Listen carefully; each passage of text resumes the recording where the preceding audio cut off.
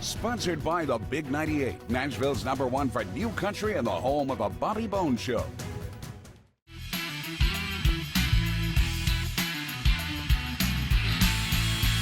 So you guys have this new album out, Erato. You got some cool songs on here, and Michael, you and Kevin enlisted Desmond Child to even work on the songwriting with this. Yeah, we got really lucky because our drummer Frank Velarde plays in Desmond's live band, and they were chatting, and Desmond was asking what other groups he played with, and he said, I play with the Bacon Brothers, and they're really good writers. Maybe you should get together and write with them. And I got to say, I would say 99%, 100% of the songwriters in the United States and England and probably everywhere else would die for that opportunity. And he agreed. And it was an interesting, different approach to songwriting. We've written, sort of had writing dates with songwriters in Nashville, 3 or 4 of those, and we have another one coming up. But in this one, Desmond being sort of a hyper contemporary pop songwriter, right. He enlisted the help of a fellow from LA called Void Stryker, who sent him 10 little snippets of the track. Wow. And then when we came to the writing deal, he had a whole bunch of titles that he'd come up with. So we kind of listened to the track, looked at the titles, and found one that sort of, I mean, there's no real rational reason, but it was instinctually, I think we all felt it was the right way to go. So we just cranked it out and got through the song. And then Kevin, who was singing lead on it, he kind of took over the production. He and Desmond hashed out the some of the more specific arrangement, tweaked it, and then we recorded it with a fellow named Joe Nicolo out of Philadelphia, who is well known for being owning Rough House Records with Lauryn Hill and Fugees, and he's a guy that's been in the music business as long as I have, and it's just really fun to work with. And he has great young cats who play the track with us, and he mixed it, and there it is. Well, and Kevin, I've got to ask you as well, obviously you love touring and songwriting, doing this music with Michael, but now you've added in your son. I just wondered if there's a point to where you guys are going to start touring with pets and other things as well, to really make this a whole family kind of thing, Kevin. So how's this working out? It's working out good. I mean, I've worked with my son as a composer before and my wife has too, for films and film projects, all kinds of things.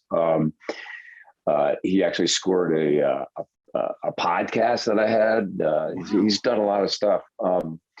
But I just felt like with this particular song, what I needed, I couldn't deliver it. And that was that I wanted to take it out of this kind of singer-songwriter folky kind of way and give it a more just a slightly darker feel and a more electronic kind of backing track, and that's a lot of his sweet spot. So yeah, I sent it to him, and he sent me back the track, and I was like, yeah, that's great. We tweaked it a little bit, and then I got the vocal in his studio in LA.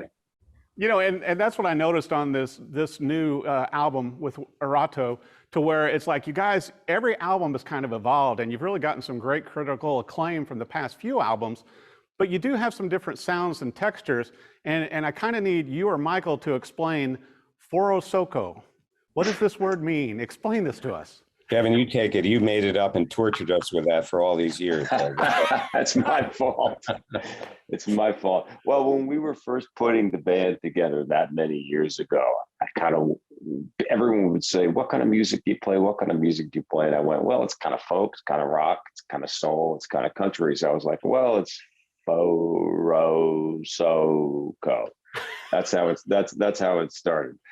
And it's really still what we play. I mean, what we tend to do is not really have a single kind of idea about instrumentation or about a certain Bacon Brothers sound. What we do is write the songs, and then we just let the songs go where they need to go in terms of the actual sound of them. So Erato is the EP is very much in keeping with what we've done in the past, which is that it's really hard to kind of put your finger on it. There's a lot of different things. There's a lot of different instrumentation. You also have 2 songwriters in the band. So that tends to give the songs a different kind of feel, whether it's Mike's song or my song. We're all over the map.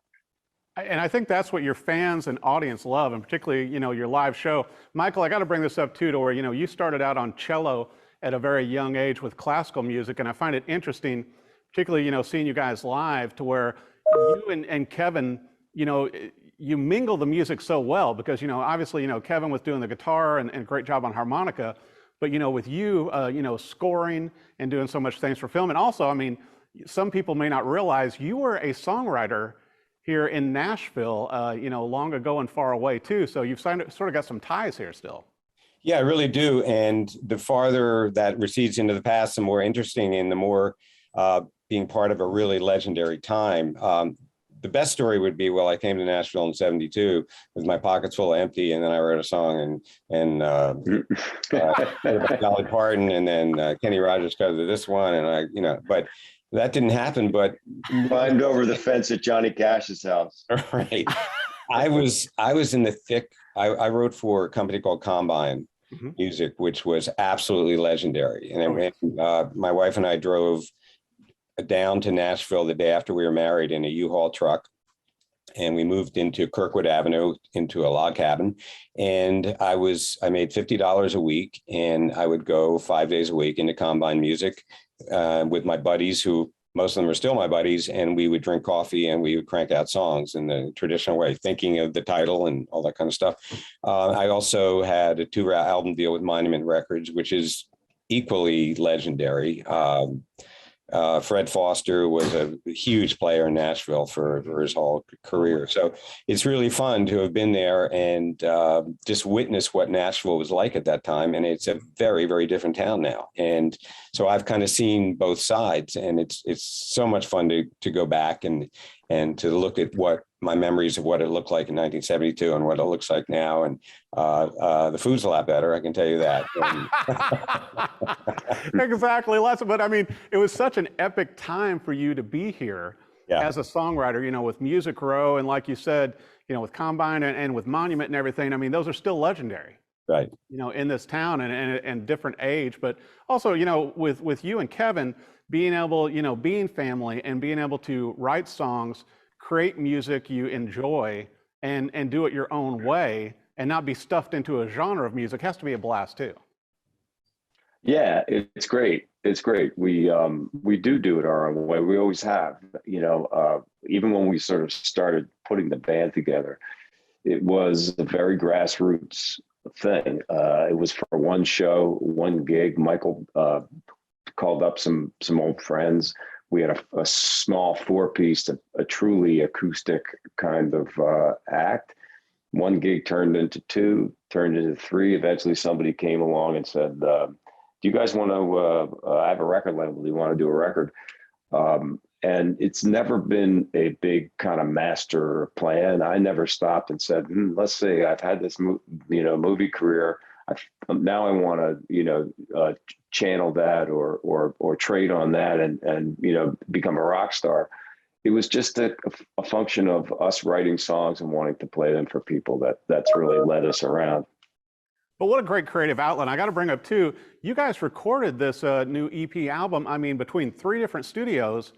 How did the songwriting process work? And obviously, being brothers, you guys have that bond and your voices meld so well. And I think your musical talents meld so well, but 3 different studios and doing stuff long distance makes it a little tough.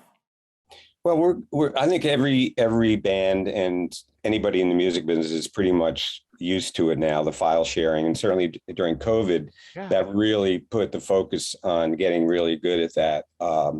And it's very natural now for me. When I first started, made my first record in 1969, this would be unheard of. But the music business obviously has changed an awful lot. And I think that, to me, I tell my students, when they say, well, how do you break in? You break in by being something different than everybody else. And because everybody has the same stuff now all over the world, and it's really inexpensive, and everybody's got a complete recording studio with all the plugins. And I think what Kevin and I trade on is the fact we're brothers, Right. And another unique thing is we're brother band who actually we get along, and that we are also very different from each other. And this makes us kind of different from other bands. And we let the songs drive the arrangement, which is why it's very hard to sort of, nail down what the sound of our band is. And that's really the way we like it. And also we take it incredibly seriously. We try to make our shows as professional as possible. But nobody is going to beg us to do this. It's going to be our own energy, whether we can keep the feeling that we want to do this. And as long as the songs keep coming, we will do it, because that's just what we like to do. I don't know why we ended up that way, where if we write a song, the first thing is you play for your wives, and that's terrifying. And then you got to play for the band. That's equally terrifying. And then you got to play it for an audience for the first time. And you're just really hoping you remember the lyrics and the chords. And later on, it's so great when all that disappears and it becomes completely, the song so well that then you can leave all the technical stuff and really try to take it to the next level in terms of a vocal performance. So I consider we're very lucky, and I can't believe it's been this long. Michael, I got to ask you, besides, the incredible music on this EP and album, which I enjoy all the tracks. In fact, I think they lend themselves to TV or film. Where did you and Kevin come up with the artwork? Because being raised by an art teacher myself, it struck me when I saw it. Erato is the muse of poetry and eroticism. And every time I saw a picture of her, she always had a lyre, which you also could call a harp. So when Kevin showed me the song, the first thing I said, well, let's put her in a harp. I'll do a harp, auto harp, which is a harp that's actually playable by a normal person. I mean, I cannot play the regular harp. An auto harp, you push a button and it's very easy to play and really fun to play. So when you were thinking of the cover, I said, well, let's have Erato playing an auto harp and having it plugged into a Fender amp. You got a Greek culture, contemporary culture. And anyway, Kevin, you take it from there. So he pitched that idea and I was like, okay, and I kind of looked at some different pictures of you can, go on Pinterest or Google and just look at how people have presented the muse Erato through the years. Right. And then also pictures I found pictures of women playing auto harp, and I just kind of took those two ideas and made that drawing. I thought it was great because to me it was kind of Picasso-esque, kind of in the feel, Right. because you kind of, you've got that Greek feel, kind of with Erato, but also, like I said, with the Fender amp and with auto harp, which auto harp, much easier to play. I own a harp and I don't know how to play it, but it's really pretty. Yeah. Looks good in the living room. I hasten to add that from Kevin's original drawing, I had to do a little bit of censorship. That's true. Was that true. To make it so that it was good for a PG crowd? So yes. People could bring their, yes. Okay. Exactly. Good to know. Well, the EP just released in July, and you guys are going to be playing at City Winery, doing 2 shows, which I'm going to call a mini residency, right. July 16th. And so you guys excited about that? Oh, yeah. Nashville. Yeah, it's great. All things are good about that. Nashville, City Wineries are great venues. We just played 2 shows in the new City Winery in New York and Manhattan. They're very artist-friendly venues, and for a lot of reasons. Not just the food. And so, yeah, we're looking forward to it. Well, I wanted to bring up, besides the new EPs out, Erato, and then you've got the tour going on for our viewers, and then you've got the City Winery shows coming up July 16th with 2 of those. For the website, for social media and everything else, where do our viewers need to go for the Bacon Brothers so that they can, check everything out? It's baconbros.com. Very nice. See, that's easy to remember. We took out a couple of letters to make it easy. Well, I'll tell you what, I can't wait to see you guys live again because, I know you always sell out your shows when you come to Nashville, and it's probably going to be filled with songwriters that both of you have worked with, and possibly even Desmond Child, since, as we all know, he lives here as well, and you kind of bump into Desmond sometimes, which is a pretty amazing thing. Oh, that'd be fun. That'd be great if he came. Well, I'll tell you what, I love the new EP. Michael and Kevin Bacon, the Bacon Brothers, thank you so much for coming back on the show. Terry, you're the best, Thanks, man. Yep. Great to talk to you.